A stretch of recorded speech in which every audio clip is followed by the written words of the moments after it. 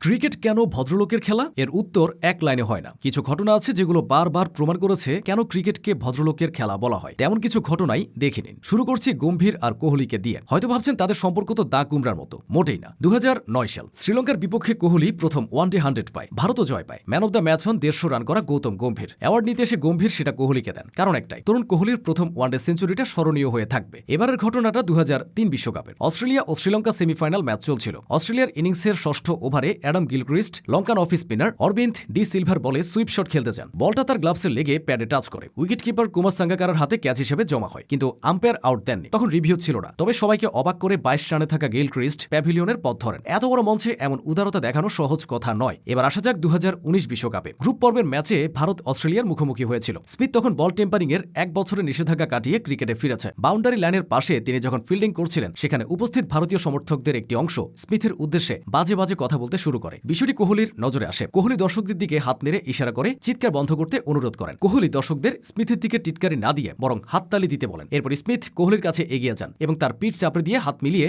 তাকে ধন্যবাদ জানান। কোহলি ম্যাচ শেষে স্মিথের কাছে দর্শকদের পক্ষ থেকে ক্ষমাও চেয়েছিলেন। এবারের ঘটনাটা 2018 সালের। ভারতের বিপক্ষে আফগানিস্তান নিজেদের ইতিহাসের প্রথম টেস্ট ম্যাচ খেলতে নামে। স্বাভাবিকভাবে আফগানরা হেরে যায়। বিরাট কোহলির অনুপস্থিতিতে সে ম্যাচে ভারতের অধিনায়ক ছিলেন আজিঙ্কা রাহানে। ম্যাচ শেষে রাহানের হাতে ট্রফি তুলে দেওয়া হয়। সাধারণত জয়ী দল ট্রফি নিয়ে আলাদাভাবে ফটো সেশন করে, তবে রাহানে সেদিন গোটা আফগান দলকে ডেকে নেন। কারণ একটাই, এতে আফগান খেলোয়াড়দের মনোবল ও আত্মবিশ্বাস বাড়বে। আসা যাক ইউনিভার্স বস ক্রিস গেইলের কাছে। 2016 বিশ্বকাপের সুপার 10-এ গেইলের ওয়েস্ট ইন্ডিজ আফগানিস্তানের বিপক্ষে হেরে যায়। জয়ের আনন্দে আফগান ক্রিকেটাররা চ্যাম্পিয়ন্স চ্যাম্পিয়ন্স গানে নাচতে শুরু করে। সে নাচে গেইলও অংশ নেন। শুধু তাই না, নাচ শেষে গেইল আফগান দলের সঙ্গে একটি সেলফিও তোলেন। ক্রিকেট বিশ্বে এমন ঘটনা হয়তো এই একটাই। পরাজিত দলের হয়ে জয়ী দলের সঙ্গে নাচা শুধুমাত্র গেইলের পক্ষে সম্ভব। ফেরা যাক অ্যাশেজের ঘটনায়। 2021-22 অ্যাশেজে ইংল্যান্ডকে 4-0 ব্যবধানে হারিয়ে উদযাপন করছিল প্যাট কামিন্সের অস্ট্রেলিয়া। ঐতিহ্যের অংশ হিসেবে অজি ক্রিকেটাররা পেনের বোতল ঝাঁকাতে শুরু করে। এসব দূর থেকে দেখছিলেন অস্ট্রেলিয়ার প্রথম মুসলিম ক্রিকেটার উসমান খাজা। তিনি এসবের সংস্পর্শে আসেন না। বিষয়টি অধিনায়ক কামিন্সের নজরে পড়ে। তিনি সঙ্গে সঙ্গে বাকিদের